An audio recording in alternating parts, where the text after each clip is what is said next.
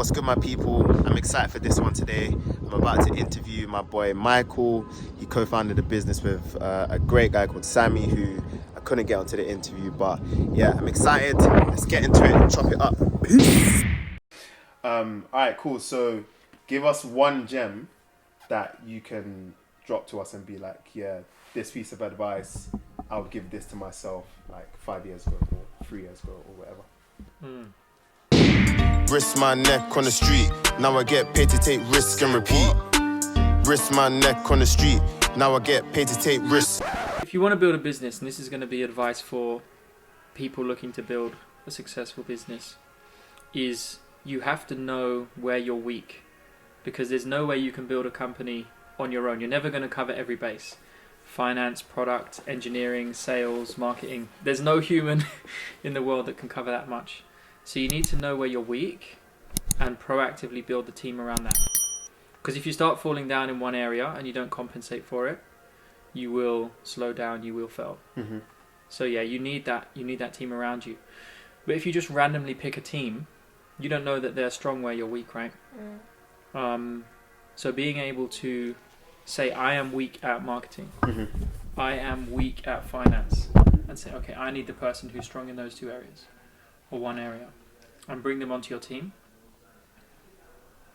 That's the way to succeed. What does that require from you though, like as an individual? Because that is like, I guess that's like how you would roll up your experience into like a textbook answer, right? But like you as like Michael, like if you're someone with ego, how does someone with ego do that? Like what, like personally, like, you know, what does that require? Did you have to go through some sort of, you know, like process, some sort of fact checking? Yeah. I actually think there's only one way to really know where you're weak, which is do stuff and fail, and then you'll know. Because, you know, when you come out of school, come out of uni, you think you know where you're strong, you think you know where you're weak, but you don't actually know. You haven't been tested. Yeah. You have a kind of idea about what you enjoy, and you have a kind of good idea about what you're good at, but you don't really know until you've been tested. And I think actually you know better what your strengths are, you don't really know what your weaknesses are. Especially if you're an ambitious person, you just think, yeah, I can do everything. Yeah. I've read a few blogs, I've seen how people do this, I've watched my podcasts, I know how it works, but actually you don't. And there's not enough time to become good at everything. Maybe you could become good at marketing if you had 5 years, but you don't have 5 years. You want to do stuff now, so just try, and then you'll figure out really quickly. It'll probably take you about 3 months to realize what you're not good at into starting a business. And that's okay, right? Maybe that business doesn't work out and you go and have another go at a new idea. But you need to bank those learnings and bake them into how you design your team for the next venture. Sick. So let's kind of flip everything on its head and go right back to the beginning and understand who you are as a person. Because I know, You know. Sick guy, bro. Obviously, we went to school together and everything. Yeah. So yeah, I know, Cola, but 2010. Exactly. Class of 2010. Exactly, where the legends were born. But where, like, for people that obviously have no idea, how would you give them like a quick insight to like who you are? Yeah. Growing up, London kid, my main focus, I think when you go to school, you have two main types of people. You have the people focused on school and the people who are focused on everything that's not school. I was a very social person, so my focus was really not school at all. So it was about coasting through school, but making the most of the social side of it. And I would say I actually enjoyed it. Like, I had a very good school life. Like, that I would enjoy going to school, made a lot of friends there. A lot of people that I'm still friends with. So yeah, that was me at school, all the way up until A-levels. Then you got to crack down. Yeah. And really focus. But yeah, that's it. So then after 16, when I got my GCSEs, which weren't the best in the world, and then from there, yeah, I just turned on study mode basically. And my objective was go and study at the best uni I can. Definitely knew I wanted to study technical subjects. Didn't know what.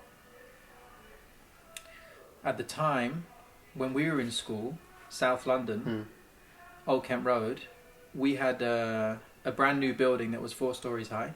On the 4th floor, you can see most of the city. And as we were growing up, I could see the Shard being built. I remember it very clearly, and it started like at nothing, and then they built the concrete core, and then they put the glass around it. And I just enjoyed watching that for about 2 years as they put it up. And I think it was because of that I chose to study civil engineering at uni. Because I was like, that looks like fun. Was that at Innsbruck? Yeah. Wow. I thought, let's go build another Shard somewhere else. Maybe in London, maybe somewhere else in the world. So yeah, I went to study civil engineering, structural engineering, did that. But at the same time, we were working on some projects. We were working on some entrepreneurial projects, social enterprise projects. And that gave me that bug for starting something. I remember we registered a company, right? On Company's House, and you were out, and some others were directors. And early doors, we were like 15, 16? Yeah, we were 16 at the time. It's still on my Company's House profile. Go look it up. And yeah, that made me realize, like, wow, you can actually do stuff in the real world just from your bedroom, right? Sitting around, just 2 kids wanted to start a company, they did it. So from there, I always had that understanding of what you could do in the company building space, but I didn't know what the potential was. So at uni, when you go there, well, then there's hundreds, thousands of people who are into the same stuff as you, and you can just get involved in those circles. And then you start learning from people who are 2, 3, 4, 5 years ahead of you.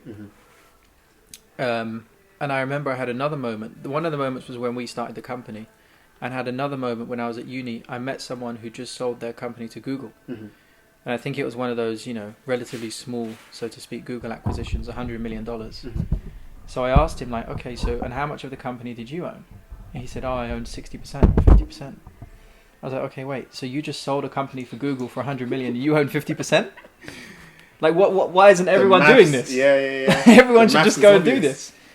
And then from there, that the coin, the penny just dropped, right? And I was like, okay, this is a fantastic way to learn, to create, and also get exposure to effectively unlimited upside of what you're building. So from there, my heart was set on building companies and creating stuff. I think the other track there is that I was always into, what you might call science projects in school, but building stuff. Whether it's like go-karts when you're a kid, you might build a go-kart, through to uni where you do bigger projects. I'd always been into that building side of things. And that's when, just before I left uni, I decided to commit my 3rd year in school, which was like a project, commit that to building a startup. And I would submit the startup as my final year dissertation, which I did. And spun that out into my first company. And that business, ultimately it wasn't successful, but the learning experience from doing that for 1 year whilst in uni building the product, and then actually going out, raising money for it, selling to customers, getting live customers, having those customers not be happy with you, like a massive learning experience that I got out of that. And that, basically was like the formation of learning about that path and then actually having a go at it.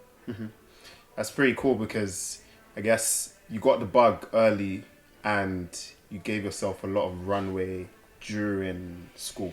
When I say school, I mean uni. Yeah. But I guess that's important, because in terms of like risk of creating that runway, you were still within the confines of like an institution. So yeah, the student loan was funding the runway. Yeah. Exactly, which I guess kind of speaks to like priorities and stuff, like I mean, we're obviously not here to tell people how to spend their student loan and everything, but at the end of the day, it's about maximizing the time that you have, when in the grand scheme of things during uni you do have a lot of downtime, and it's hard because looking back, absolutely true, but at the time if someone told you that, you'd be like, nah, I'm busy, I've got this to do, that to do, this to do. So it is difficult to tell someone like in that stage of life, especially going to the unis that we went to in London, you feel like the world is on your shoulders, and not necessarily in a good way. So I do get that, but I guess that kind of paints a picture as to why you kind of ended up on the path. But I got lucky, right? I could double up what I wanted to do with what my course was requiring of me. Whereas if you were studying pure maths, I don't think you'd have. If you showed up with a startup idea for your dissertation, They would have been like, "What do you mean? Yeah, Where's the I don't proof think for you'd this?" have done that well. Yeah, where's the proof? Yeah, no, that makes sense. But yeah, I guess that's still kind of part and parcel with the fact that you had some sort of inclination as to what you wanted to do and what you were inspired by, and I guess just figuring out a way to marry the two together. Which I guess if you're someone going into uni now, I guess it kind of gets reiterated over and over and over, but it's expensive. Uni is pricey, so you got to do that evaluation to see why you actually going, what you there for. Does this cost benefit analysis make sense? And it's funny because a lot of guys from our school, or like at least a solid handful of us, did that. And like I took a gap year. One of our other friends, took a gap year. Where were you working, in insurance and stuff? I worked in banking for a year, and then I did ING. I did that insurance internship. I did. It was so random, but I was like, it was just before uni, and I was like, you know what? Let me squeeze in one more internship just to make sure that going to uni makes sense. Yeah. And I literally just forced it. But I think I had the benefit of the fact that we did that Project Bizski during that year. So I could see like what the real world was like. And I was looking at like you, Femi, and a few other guys doing the same thing. So I was like, okay, cool. Not necessarily on my own here. But I guess if we can fast forward from the point at which you graduated, had the businesses that didn't work out, how did you go from that to where we are now, which is obviously like a warehouse for the business that you're running at the moment? Yeah. Like what the hell happened in between? Yeah. A lot of stuff. Before I go into that, just to rewind on the point around, is uni the right, or is it the right move? It's very expensive, and yeah, it is expensive. You're going to be about, if you take the maintenance grant as well, it's going to be like 60 grand exercise. Papes. Minimum. Peas, bro. It's money. That's if you don't do a master's. If you do a master's, it's more. I would be very careful with that though, because I would say you get a lot out of it just beyond the jobs you can apply to. You get a lot of social capital out of uni, especially for someone coming from a background where there's not that much diversity in what their friends or their friends' parents do. You don't learn about it all. And if you go to uni, suddenly you realize what the entire spectrum of outcomes are, right? And then you realize, oh, that's how you get there, or that's what that thing is. So I would be cautious about saying uni's not worth it, just from a career and monetary perspective. There's a lot of learning that happens there. And what I'd say is that if you're the type of person who today, or however old you are, 18, 19, you go out and make connections and meet people older than you in a professional context, you don't need uni. But if you're like the other 95% of people who don't do that, I would be careful saying that, uni's not worth it, because you get a lot of social capital out of it, a lot of networking that you wouldn't have otherwise done, a lot of learning about what you can do as an adult that you wouldn't otherwise know. So you get to see the whole map. Then you can make a decision about where you want to start on that map, rather than coming from school, you only seen this much of the map, and then you decide where you want to be sample there or somewhere else random on the map. Yeah, no, I'm actually glad you said that, because I never used that as like an input, and certainly when I was deciding whether or not to go to uni, Doesn't fit on a spreadsheet. Yeah, I was just literally looking at money and what kind of earnings, like what's my earning curve going to look like post uni, and to what extent is that attributable to going to uni. So I think it's important that you highlight that, actually, because if anything, that's powerful, because they always say like you get to design your own life, right? And if you only know life to be a small subset of things because of where you went to school, then that's limited, right? That's gonna kind of put you down a path, and you don't know about this whole wider path. So yeah, I'm glad you raised that, actually. Glad you raised that. So going back to post-graduation, some failed businesses to hair. Yeah. Like, what happened, man? What happened in between? What's the journey? Well, after I submitted my dissertation, which was the startup, we started working on it full time. A couple of other people from uni who I'd brought along the journey. And we went out, raised money, got customers, building the product, and all the other bits and bobs you do, like accounting, building websites, hiring people, etc. We had a really good crack at it. Won some great customers. Ultimately, we hit ceilings on the technology that we could develop at the time. So then I decided, okay, well, let me go and work for someone who is doing what I want to do and is doing it really, really well. So I sort of set out this criteria, which is I want to learn how to build great companies. What is the closest I can get to a person who is building a great company and have a front row seat on that? So I pulled up Crunchbase and whatever other lists are available at the time, and you just start looking at startups. And I found one, which was in a great place. They raised a couple million. They were selling a sort of a B2B data analytics product. And I interviewed with the CEO, and I said to the CEO, so, I love the company, I love what you guys are doing, you've got a great team here, but I'm going to come here to learn, and ultimately I'm going to quit to go and start my own thing. Oh, you were upfront with it? Yeah, for sure. Wow. How did they take that? And he said, fantastic. Wow. Come along, let's do it. Let's do it. And so would I today, right? If someone showed up to me and had that kind of energy and desire, I'd say, okay, come along, let's do it. I joined that company, and it was a 3-year journey. When I joined, I was employee number 5.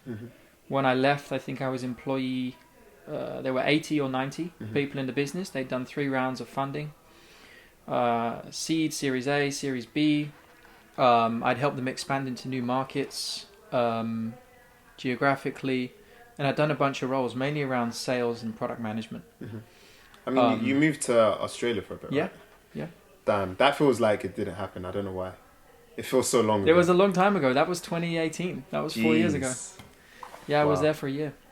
1 year? Yeah. That's With crazy, some trips back to London in the middle. I think I flew back to London that year from Australia 7 times. 7 return flights. That's actually ridiculous. Yeah, I had a lot of points.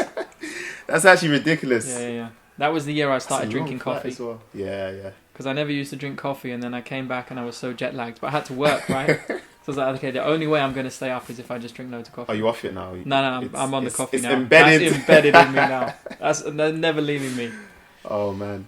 But yeah, I was working with them for 3 years, just under 3 years, and made some fantastic contacts in there. And towards the tail end of it, you get that feeling like, okay, now it's time. Now it's time to go do my own thing again. Not even that the learning had plateaued there. It's just more like your mindset changes. You're now sort of able to see what's next because you've been in this environment for a while. So then I just started exploring new product ideas. And there were a few people I wanted to work with, one in particular, which is Sami, the co-founder of Hofy, the current business. So we just started riffing on ideas. We were saying, what do we want to go and build? And we were pretty set on, we want to go and build something that we enjoy, we're interested in, excites us, we think is good for the world, and has a lot of upside. And at the time, this is now mid-2019, late 2019, one area that's really taken off is micromobility. There's e-bikes, a lot of scooter schemes coming up, which is really interesting to see. Not in London though, because they hadn't approved it yet. London was behind, man. I remember there was the whole you probably touched on it anyway, but like the whole legal aspect and like London legality was catching up and all of that. Yeah. No, there was a lot going on. So we decided to go to the US. We decided to go build it in the US because you can't really build in an environment where something is illegal. Well, you can, but you're not going to get very far. You're not going to get very far.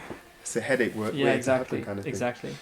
So we were experimenting in this space, again, getting our hands dirty, like prototyping with stuff in the garage, building prototypes of light electric vehicles or whatever. We landed on a pretty neat idea which would allow commuters to use light electric vehicles because commuting sucks. Like you spend 40 minutes on a train with your face in someone's armpit. No one likes to do that. Dead. So how can we solve for that using high-end e-scooters and e-bikes? we landed on a proposition where you would sort of wrapper up these products for a company, and you would allow them to offer them to the employees and make use of the financing of that and the tax benefits that come from that. And by this time it was Feb 2020. And in Feb 2020, a lot of stuff was going on. One of the things that did happen in Feb 2020, don't know if you remember this, a cruise ship showed up to... Well, Italy was in lockdown, yeah. But a cruise ship showed up to San Francisco with loads of COVID patients on it. Oh, wow. It was like sitting in the bay. Yeah. And they weren't letting people disembark from the cruise ship because everyone had COVID. And this time I was actually in London, but my co-founder Sami was in San Francisco.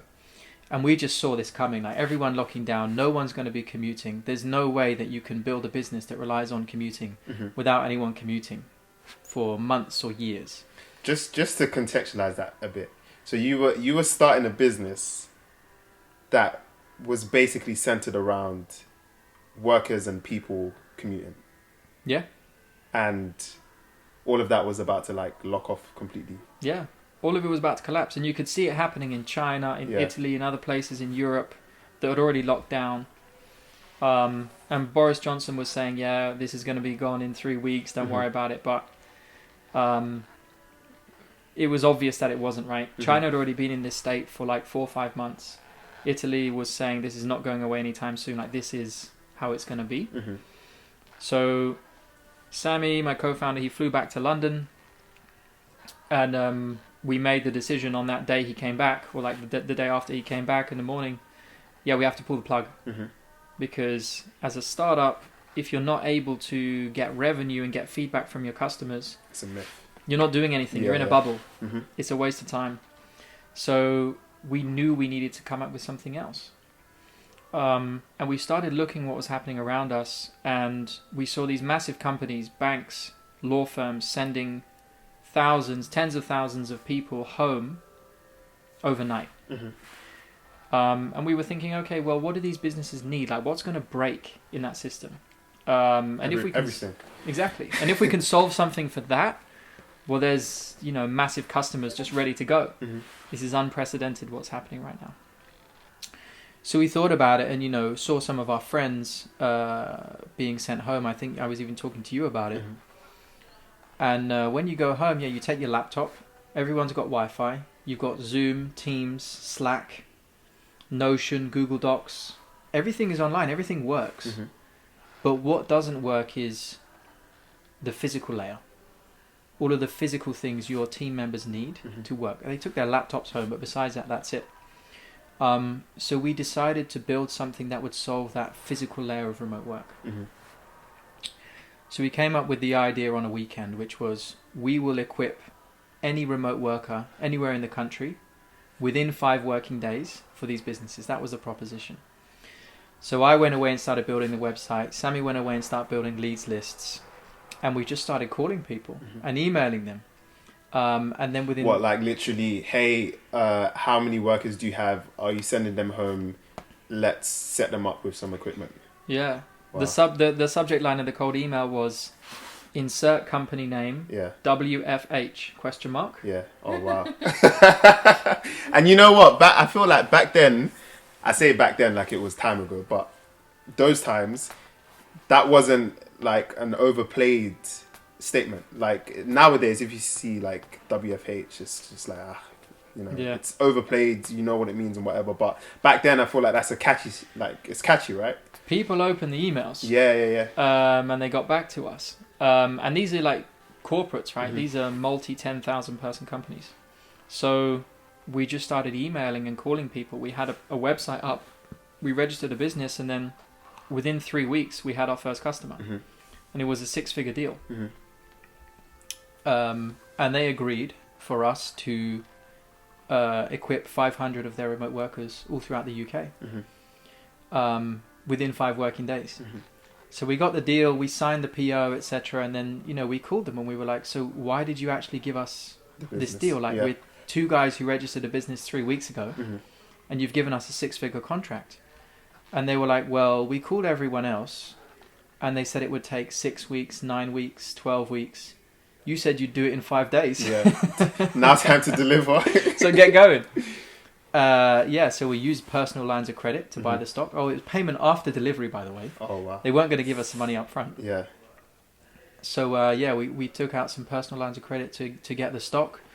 We figured out a 40,000 square foot warehouse in the middle of England. We got, I think, 20 or 30 vans to show up. And everything had to be delivered fully assembled, by the way. We got it done. It took us about 5 days. I think we got about 90% of it done within 5 days.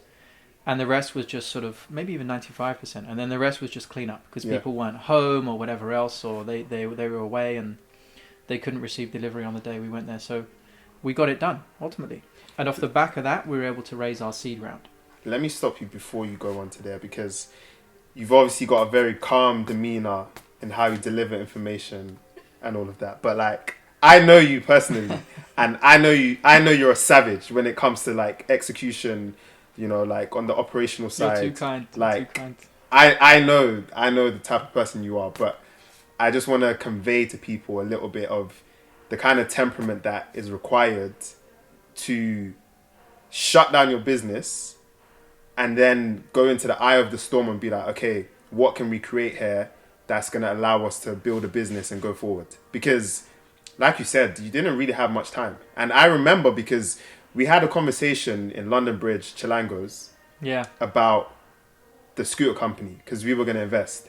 And the next thing I knew, the world was locking down. I think I spoke to you like a week or two after I got sent home from work. And you came to me and were like, yeah, we pivoted and this is the business now. And I was like, whoa. Like, I'm still here talking with James about the scooter company. So like, in terms of temperament of like mindset, what is required to, you know, get through that sort of storm and come out on the other side swinging? Yeah. Also, sorry, the fact that, I mean, you massively bet on yourself, right? Like taking out personal lines of credit to fulfill and distill. Like, so I guess it's somewhat linked. Yeah. I mean, we were already deep in it from the first business, because we did have some investors. We did a family and friends round, but that was majority self-funded at that time as well.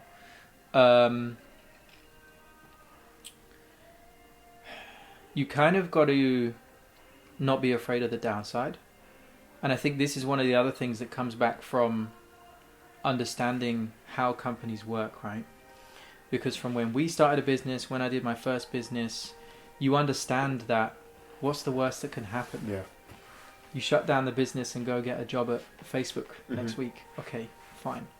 Or whatever you want to do next week. You know, by the time you've started a company, you've had a good go at it, you've done selling, you've done building, you've done hiring, you have a ton of amazing skills that someone will just pay immediately to have access to.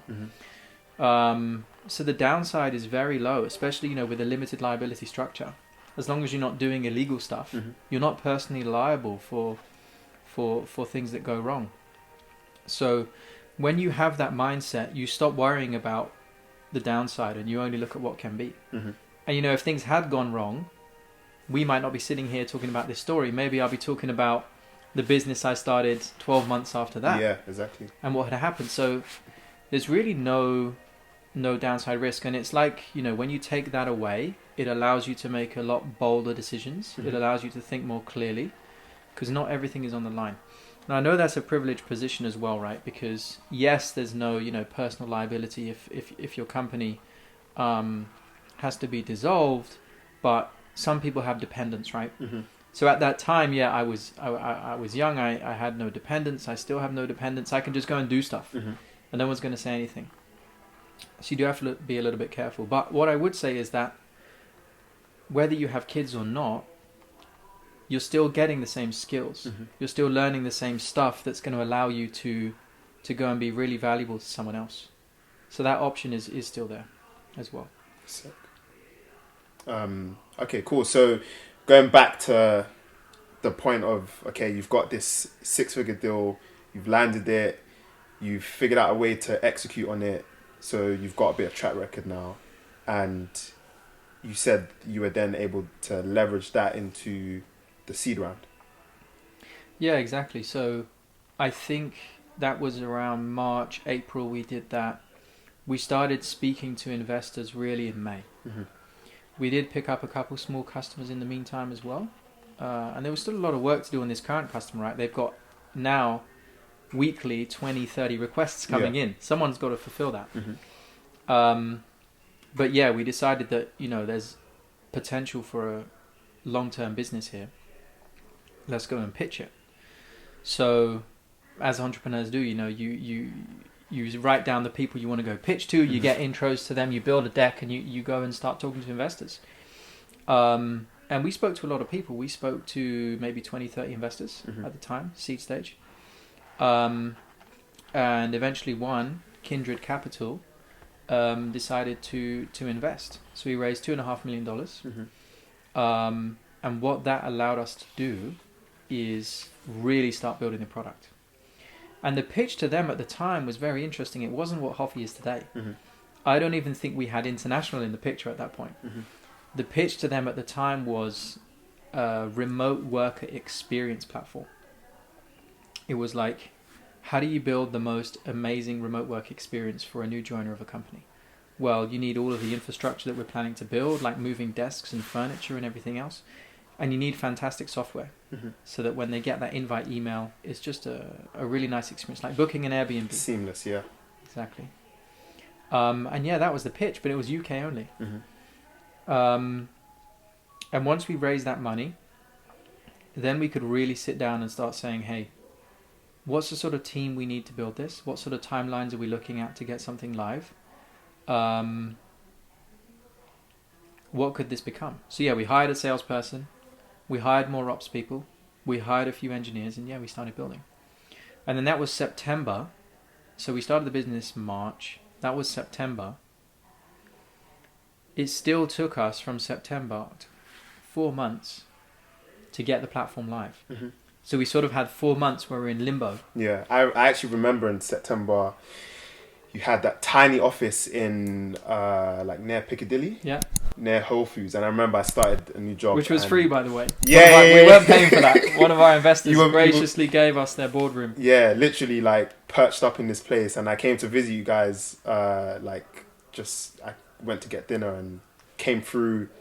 Had a spin on the bike as well and stuff. But I remember like I was like, right, okay, you guys are like, this is not a surprise. The fact that you guys are in this room grafting, trying to get, I think at the time you were trying to get a bigger warehouse, something like that, something random like that, and I couldn't really put the pieces together because obviously I was outside looking in. I had just gotten over the fact that it's not a scooter business anymore. It's now a remote work setup. I was still getting used to the whole remote work setup in the first place, like everyone else. But you were an investor at this point. Exactly. But I think in terms of like, I mean, I wasn't a significant investor, but there's no way that given the opportunity, I wouldn't bet on you because, like I said before, I can see like the graft. I could see it. Like we've all got that same graft, like all of our friendship group from school and stuff. So yeah, it's like a no-brainer. And to be honest with you, I didn't really need to know the product or like, what the business was. I just knew that, okay, if I invest, I know that he's gonna have like heart on the sleeve type thing. He bets on himself, so why would I bet against that sort of thing? Yeah, and I think that's a great heuristic for angel investing, right? Is if your friends are building stuff and you rate them, just invest. Yeah, it's a no-brainer because as well, it's like leveraging the people around you because imagine like you're in this situation where like in 10 years, someone has got a company valued at like $10 billion and you know that person and you're close and you had the chance to invest and you didn't.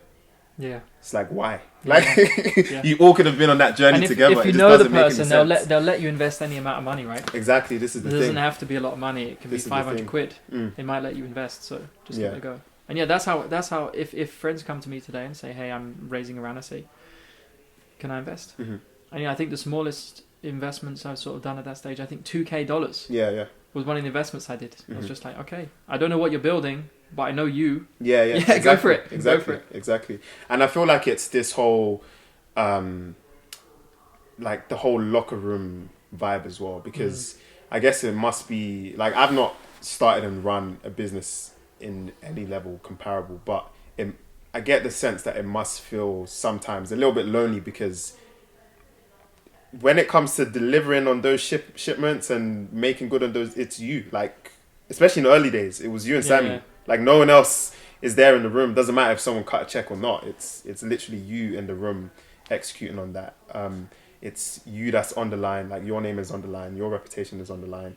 And it can be a bit lonely sometimes, because not everyone can understand what that can feel like at some point. Yeah, it can be. I remember when we did the first 500 home offices, our warehouse was in Stoke-on-Trent, which is like middle of the country. And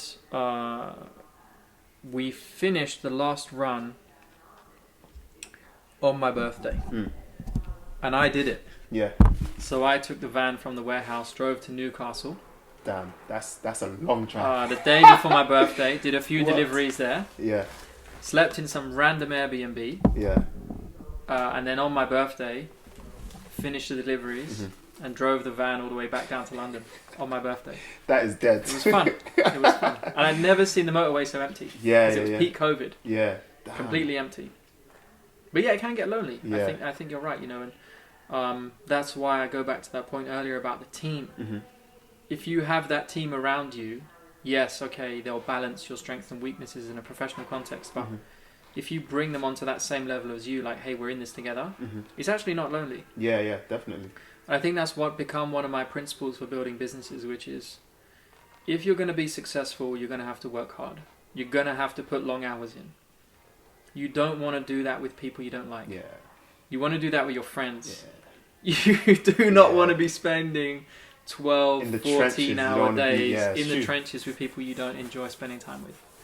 So yeah, most people say, I'll never get into business with friends and family, whatever. I say do it. That's a real test. Yeah.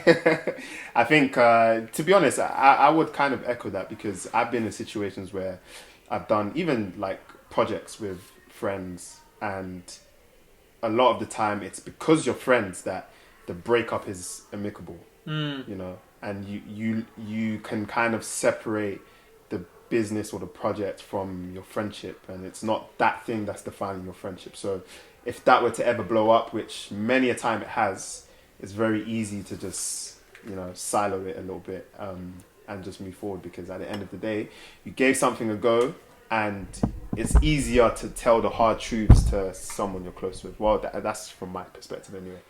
I guess now you're well established as like a company, and you have a mission, and you know exactly like what the next, you know, milestones are and stuff. So in terms of Hofy as a business now, like, what would you say it is in its existence, and like what role does it play within the whole remote work reality that we live in now?